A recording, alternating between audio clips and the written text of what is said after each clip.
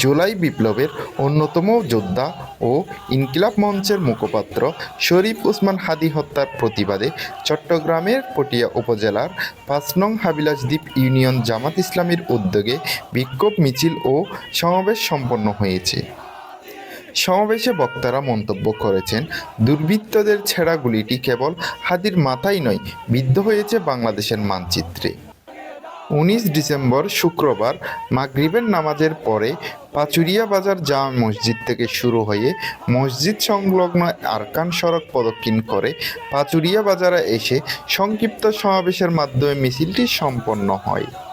মিছিল শেষে সংক্ষিপ্ত সমাবেশে বক্তব্য রাখেন ৫ নং হাবিলাসদ্বীপ ইউনিয়ন জামাত ইসলামীর আমির মিসবাউর রহমান মানিক, হুলাইন বাইতুন নূর জামে মসজিদের খতিব মাওলানা মোহাম্মদ তারেক ও যুব সংগঠক মোহাম্মদ ওমর ফারুক সহ স্থানীয় নেতৃবৃন্দরা।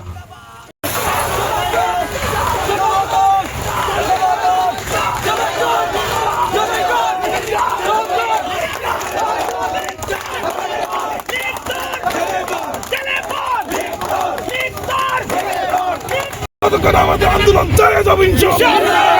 এই পাশে কথা বলার জন্য অনুরোধ জানাচ্ছি ভাইজান ও জামাতের সম্মানিত খতিব আমাদের বিয়ে ভাইকে।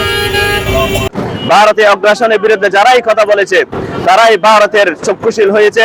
সেই জন্য এরই ধারাবাহিকতায় তারা আমাদের আবরার ফাহাদকে হত্যা করেছে, শত শত আলেমদেরকে হত্যা করেছে এবং আবু সাইদকে হত্যা করেছে এবং জুলাই বিপ্লবে অসংখ্য হাজার হাজার ছাত্র জনতাকে হত্যা করেছে।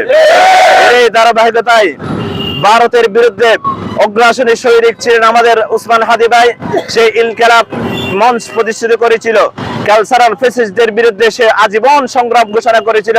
সেই জন্য কালচারাল ফ্যাসিস্টদের প্রধান শত্রুতে পরিণত হয়েছিল আমাদের হাদী ভাই, ঠিক কিনা? এই হাদী ভাইকে তারা হত্যা করে থামেন নাই, তারা আরো জুলাই বিপ্লবে যারা সক্রিয়ভাবে অংশগ্রহণ করে তাদেরকে একের পর এক হুমকি দিয়ে যাচ্ছে। সেই জন্য আমাদেরকে এটার বিরুদ্ধে তীব্র প্রতিবাদ এবং প্রতিরোধ গড়ে দেখতে হবে। আল্লাহ তাআলা বলেন, ওয়ালা তাহিনু ওয়ালা তাহজানু ওয়া আনতুম আ'লাউনা ইন কুনতুম মুমিনিন।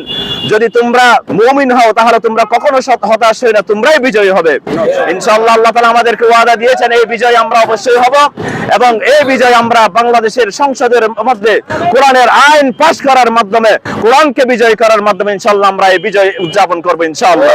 আপনাদেরকে আন্তরিক মোবারকবাদ এবং আমরা বাংলাদেশ সরকারের কাছে আন্তরিক আবেদন জানাচ্ছি, আকুল আবেদন জানাচ্ছি, যতক্ষণ না পর্যন্ত এই কুড়িদেরকে ভারত তাদেরকে না দিচ্ছে ততক্ষণ না পর্যন্ত ভারতের সাথে যত রকম সম্পর্ক সবগুলো কানেকশন বিচ্ছিন্ন করতে হবে। তাহলে তৌহিদি জনতা এখন সারা বাংলাদেশে অবস্থান করতেছে, শাহবাগ অবস্থান করতেছে, ভারতীয় হাই কমিশনার ঘেরাও করতে আমরা অবশ্যই বাধ্য হব ইনশাআল্লাহ। আল্লাহ সুবহানাহু ওয়া তাআলা আমাদের এই সংগ্রামকে জারি রাখুক, আমাদের ভাইকে শাহাদাতের মর্যাদা দান করুক এবং আমরা প্রত্যেকের জন্য শহীদ হিসেবে আল্লাহর পথে উঠতে পারি। আল্লাহ তাআলা আমাদেরকে কবুল করুক। আসসালামু আলাইকুম ওয়া রাহমাতুল্লাহি ওয়া বারাকাতুহু।